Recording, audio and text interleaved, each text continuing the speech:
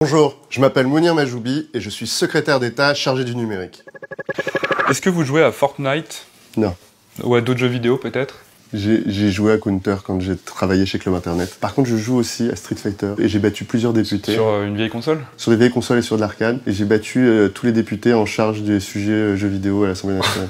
Combien d'heures par jour vous utilisez Facebook? Je vais vous dire une chose que j'ai faite, j'ai désinstallé l'application, ce qui fait que maintenant quand je veux aller sur Facebook, je dois me connecter à la page sur mon mobile. Je vais pas renoncer à ce service parce que j'aime bien avoir des nouvelles de ma famille, de mes amis, et peut-être j'ai pas besoin d'être autant sursollicité. Donc il faut qu'on reprenne le contrôle. Votre téléphone portable, qu'est-ce que c'est? J'en ai plusieurs. Vous les trouvez obsolescents ou vous trouvez qu'ils tiennent bien la route? Je trouve qu'ils tiennent bien la route, mais qu'on est là aussi sursollicité à vouloir avoir encore plus de performance avec des nouvelles versions qui arrivent un peu trop rapidement. Mais il faut aussi qu'on se tous rééduque sur cette idée. Si on change de téléphone tous les ans, comme on est invité à le faire, les dégâts sur la planète, ils seront infinis. Alors, 3 conseils de sécurité que vous donneriez aux gens qui nous regardent, qui nous écoutent, pour surfer de manière plus safe. Le premier conseil essentiel, on accepte la mise à jour. Donc à chaque fois que le Mac vous dit est-ce que vous voulez mettre la mise à jour maintenant, on négocie pas en me rappeler dans une heure, me rappeler cette nuit, me rappeler demain, me rappeler plus tard. Et en fait, à chaque fois qu'on reporte sa mise à jour, c'est autant de portes d'entrée qu'on donne à tous les pirates du monde pour venir sur votre ordinateur. 2.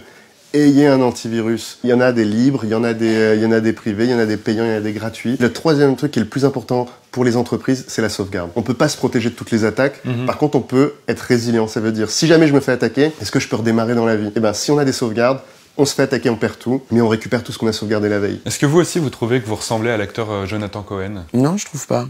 J'ai une relation d'amour-haine avec les GAFA. J'utilise Facebook, j'utilise encore Google. Je suis admiratif et en même temps j'essaye de m'en débarrasser un petit peu parce que on ne sait pas vraiment ce qu'ils font avec nos données privées, ils sont hégémoniques. Est-ce que vous aussi vous êtes tiraillé intérieurement en tant que secrétaire d'État ou à titre personnel? J'ai peut-être été tiraillé, mais maintenant j'ai quelques certitudes. Il faut qu'on mette en place tous les sujets pour qu'ils soient responsables. Donc fiscalité, concurrence, relations avec les entreprises, le sujet des travailleurs des plateformes, parce qu'il n'y a pas que Google, Facebook, il y a aussi Uber, il y a aussi les outils de livraison à domicile, puis il y a le sujet des données personnelles. Vous avez vu la fuite qui s'est passée? Plusieurs dizaines de millions de personnes qui se rendent compte que leurs données, elles ont circulé.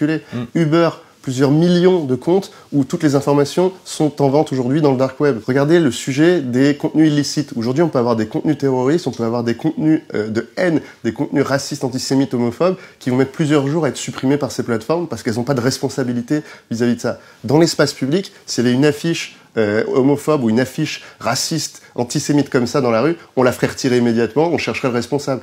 Bah, dans l'espace numérique, on peut pas. Et pour ça, on a besoin que ces plateformes prennent leurs responsabilités. Est-ce que vous savez ce qu'est cette chose? Je sais pas, on dirait des spectacles, non? Oui, oui. Alors c'est ça. Est-ce que vous voulez les essayer déjà? Comme ça on peut voir le style que ça donne. Regardez.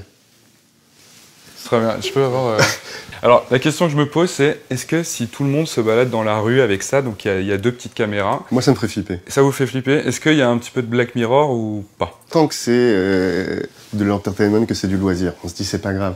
Mais quand même, se dire qu'à chaque fois que je vous parle, vous êtes en train d'enregistrer tout ce que je dis. Bon, là, c'est le cas. Mais c'est comme si on avait un contrat. On est d'accord, il y a des caméras qui nous regardent, on sait qu'on peut. Donc il y a un petit malaise quand on voit cet objet.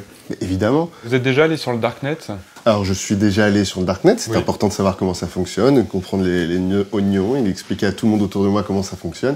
Est-ce que j'y participe activement à certains forums? Est-ce que j'achète sur le Darknet? La réponse est non. Et vous n'avez jamais acheté sur Silk Road ou des trucs comme ça?